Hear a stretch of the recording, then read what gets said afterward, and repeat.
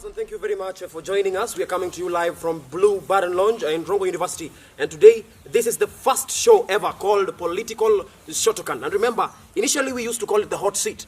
But ladies and gentlemen, it has been changed from the hot seat to the Political Shotokan. Reason being, we are directing questions directly to the people that we host.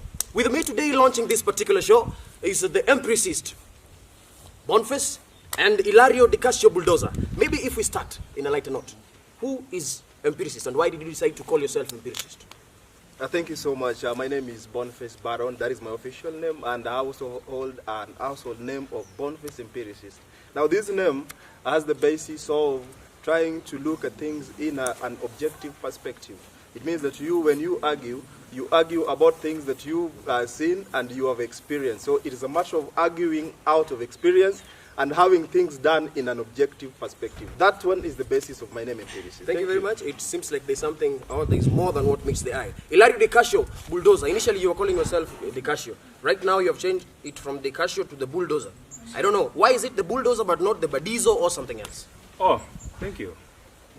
Ordinarily, I'm known as Hilario Uma. Those are my real names from my parents. Then I'm also known as Ilario Di Cascio, or rather, the Bulldozer.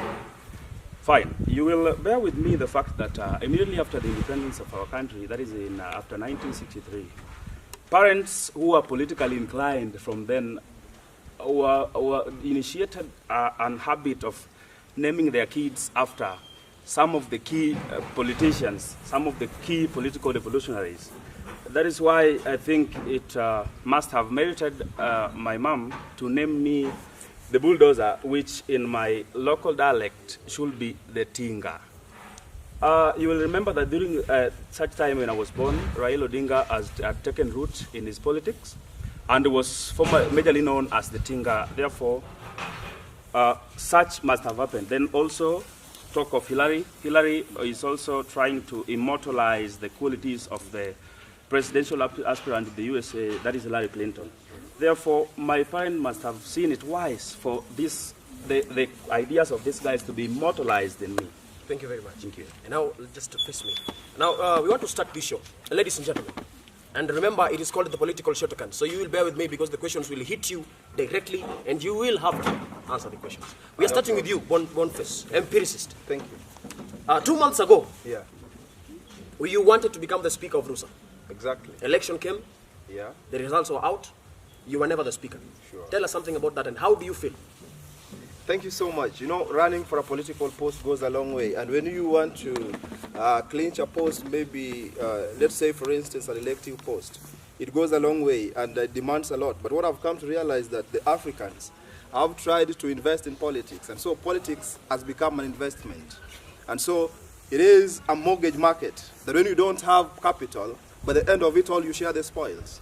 And so I want to say that I invested my energy when I was running for the post of the Speaker of Rongo University, academic year 2019-2020, but only to wake up the rude shock that by the end of it all, there were mercenary kind of infiltration that I came in, and by the end of everything, things changed the other way.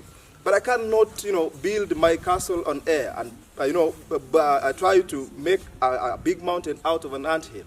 But I want to say in a nutshell is that you'll bear with me, Felix, that you also know that Boniface Baron, empiricist for that matter, is somebody who is also capable. And I don't want to announce my capability, but the capability that is in me, it is something that is speaking for its own self. And so the writing is clear on the wall, that when I was going for this, I knew that I was capable, and I knew that I was competent, and I knew that by the end of it all, I would do what? I would clinch this post. Yes. But, I cannot just imagine, but things just happened the way they did. But what I want to tell you, Felix, brother, politics should not define leadership. And so somebody would ask me that, are you a politician because you're a leader, or are you a leader because you're a politician? I will say neither. I'm a leader, and I will still remain a leader. If only I will lead my people, and I will transform the lives of my people. And I normally believe in transformative leadership, the transformative leadership and servant leadership, and that is who I am. Just to cut you short. Thank you. So in short terms, you believe, or you're saying that the election weren't fair. You were supposed to be elected the Speaker, as far as the elections were concerned. Not really. There's nothing about fairness and all that. What I believe is that the delegates who did it They made their own choice. And in my belief and in my conviction, they were satisfied with whatever decision they made. And if the 8 votes that I garnered out of the possible 22 votes, those are people who had belief in me, and they said that Baron empiricist was capable and could do that. And so I cannot have, strings attached to those people who never voted. Sometimes later, initially, you talked to me. Yeah. And I remember very well. I don't know whether you can remember. You told me very well that you knew that you were going to take this. Sure. Only to wake up and find out that the delegates were right.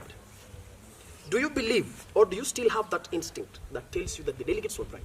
Or do you think that the delegates made their decisions and said that we don't have, we are not right, we are going to vote for the Seruno, to be precise? Actually, I cannot be able to talk in a subjective perspective. Yes. But I want to say that objectively, the delegates made their own decision. Okay. And I'm satisfied that I believe that if they made the right decision, we are going to see a better Rongo moving forward. Okay. Thank you. Okay, another question. Or maybe let me move to you, Ilairo de Casio. Fine. Can you talk about what the MPDCs has just talked about right now? Do you think that the elections were fair? Do you think that there was no form of bribery? Everything was clear? Fine, Mr. Presenter. Yes. That was a good inquiry. I mean, trying to look at the elections, that is the speaker elections, I can as well say that the elections were fair up to that context. I'm not so much conclusive about it. And that is why I'm using this term melodramatically, that they were fair up to that context. Because it's been known in African elections, and it's not new in Rongo. It wasn't new in these big elections, that whenever elections are done, people, I call them my people all of the time, because I'm a son of the soil. My people will always determine leadership, sometimes with the depth of the pocket, which to me, I think, and I really feel like a matured country that is really trying and striving to mature in terms of what we call democracy should think of that. Mr. Presenter, there is something that I want to invite our conscience to think about. We as Africans, we as Kenyans, we as the fraternity of Rongo, we must define for ourselves what is democracy. Who said that democracy must be, since it is a rule of the people, for the people and for the people, it must be those who can give you something that you must elect. We are not focusing on ideas. And in any country, I want to tell you that we are in a constant state of slumber. And I will tell you in the words of John F. Kennedy. He was a president of America. John F. Kennedy tells me that in any country where youths and its citizens are in a constant state of slumber, such a country will never realize its potential. And I want to invite our conscience and the conscience of everybody that we must start the politics that is mature. We must start the ideological politics. The ideological politics that not believe in the depths of the pocket and so on. We will always elect somebody on the premise and on the satisfaction that this person's idea can move us from this level to another. So was the election fair? The elections, they were fair up to that context. Thank you very much. Yeah. The second question to Bulldozer. Are you seeing changes in Rongo University? Very good. I really see changes. I really see changes. Because, Mr. Presenter, you will believe in me that every day rises new. Every day rises new, and everything that happens per day is actually not a coincidence. That is why Margaret Ogola will tell you that everything that happens, they don't happen actually coincidentally. They happen with a reason, but only if you diligently do what? Seek for the reason as to why they happen. Yes. I'm seeing a luminous future for Rongo because as I am able to interact, I really follow politics in other universities, other countries, and I think that the politics in the University of Rongo is a little mature. Because in Rongo is where it has been demonstrated that a person can be voted without giving out cash to the voters. If you can remember the case of the gubernatorial elections, it was fair. Are we together? So there is a sense in which my people have started getting to understand whatever calls for them to actually do the election. Thank you very much. Ladies and gentlemen, from wherever you are, allow me to tell you that there is more than what meets the eye. Let us come back immediately after the break to shoot the points directly to the eye. Don't press the button. I'll be right back.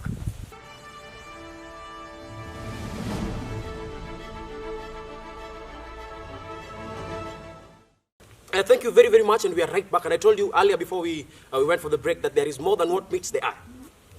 Briefly, we want to go to the next issue, the issue of the gate. We started getting the news of the gate, that we were going to build the gate. Some of the structures were posted in social media platforms like Whispers. Do you think that the gate is there? And if it is there, when are we going to have the gate? Thank you. Mr. Presenter, I wanted to agree with me and share with me this conviction that somebody said, and actually I borrow his ideas, when he said that when we plant a tree, somebody will plant the tree, the next will water it, and the rest will enjoy its shade and fruits. What am I saying in this context? I'm saying that actually, if you are keen about the case of the school gate, if you have a little history about it, it is something that really began a long time ago with the presidents who are long gone. And what I want us to understand is that the administration runs with some kind of criteria that maybe is not so much known to all of us. We have orders arranged in terms of preference, such that when the SGC presents their needs in that particular year of governance, they are always listed. Therefore, up to now, my response to the issue of the gate, I can say that it is closely being done.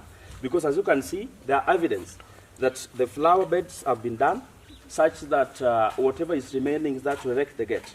Yeah, it may. Yeah. Mr. Hilary, fine. You said, and I quote, that some of us can plant the tree, then others will come and enjoy its fruit. Actually. So, can I, okay, I think I'm good when I'm going to ask this question. Please do. Should we wait, or should we assume that you have planted the tree, so that others that will come 2 years time or 3 years time will enjoy the fruit of the gate? Or, when, okay, until when should we wait for the gate? It's not an assumption in this context, Mr. Presenter. What is happening is that the tree had been planted long time ago. Okay. The first people who presented the case to the administration were planting the tree. Yes. And right now, we are soon going to enjoy its fruit. And trust me in this. Very soon, I have a little idea about the issue of the gate, although not very much particulate about it. But whatever I know is that when I saw the flower beds being constructed and being laid down, I was my hopes were bulbing. I mean, I was like bulbing with a lot of blissness, knowing very well that very soon we'll be having the gate. So thank you very much. Trust the administration. Thank you very much. Thank you. Each and every year, when freshers, we call them freshers, join the university, we always have an occasion. Yeah, exactly. This year, it was planned to be on 14th, if I'm not wrong, which is on Saturday. Yeah. Sure. But then, there is an occasion that is also going to happen on that particular day.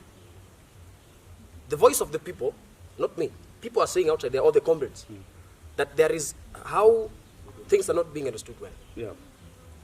Boniface, talk about the budget of Freshers' Night 2019-2020. Thank you so much, Felix. I want to submit to us that I'm not so very certain about things that are happening in that office. But what I know as Boniface, in my own independent opinion, is that when things are not running in the right direction, even the people who listen, they know. Only that they cannot say. But even one man in the Better of the City, he said that there's a character who said that even silence can be the best weapon. And so it means that when the general public are in silence and they have disappeared in absolute oblivion, it doesn't mean that they don't know what is happening on the ground.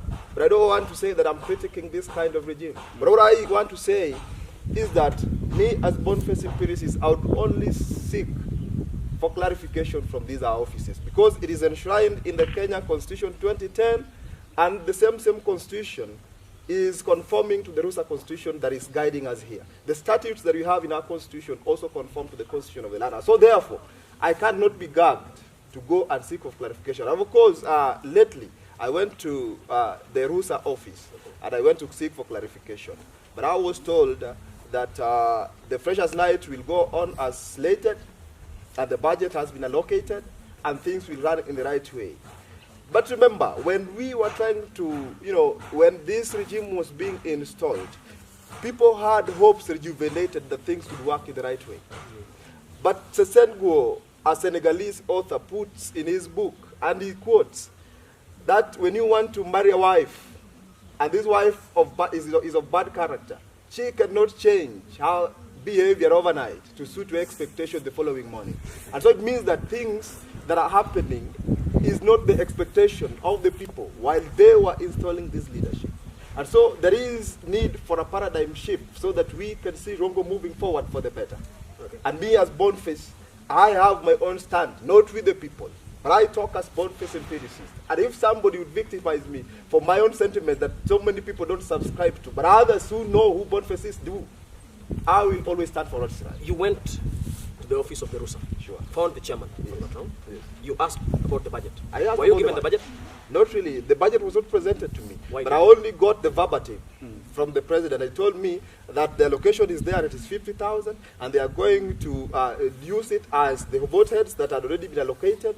And so things, I give them time to run the office. So that time I've given. Do you think that you are right constitutionally?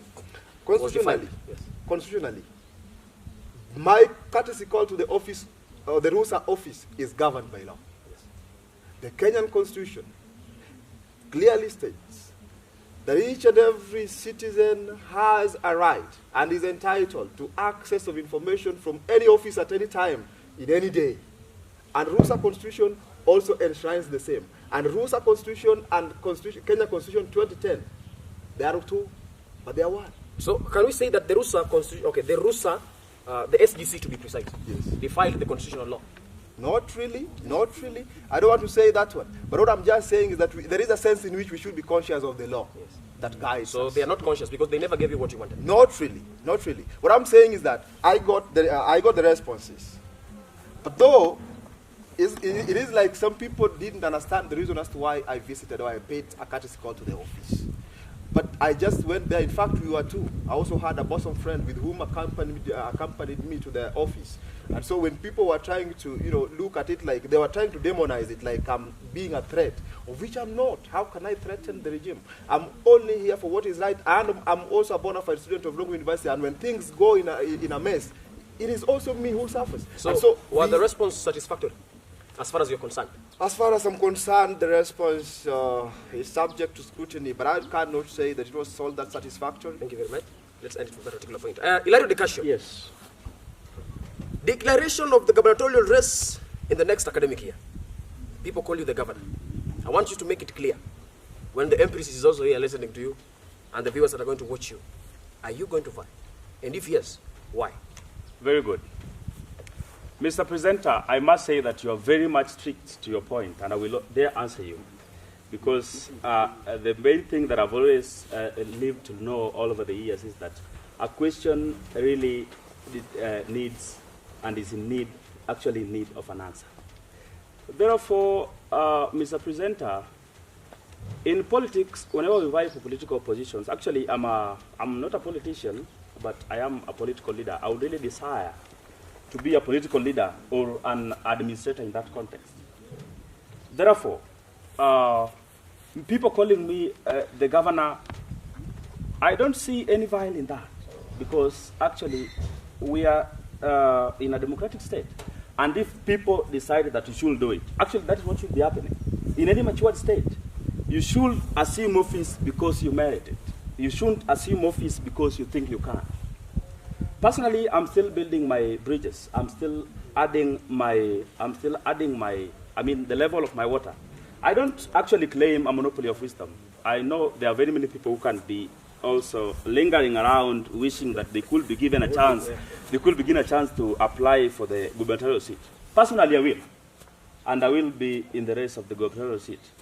If my people, if the comrades, will agree with their conscience that Hillary actually can do something new, can take RUSA to another step, working with us as a governor, I will be glad to have the office. And Mr. Presenter, you will also ask yourself, we have very many posts, and people will be thinking of the executive, why is it that I'm only choosing the gubernatorial seat?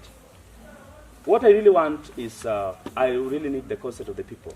You see, when I'm elected with many, I will know my stand.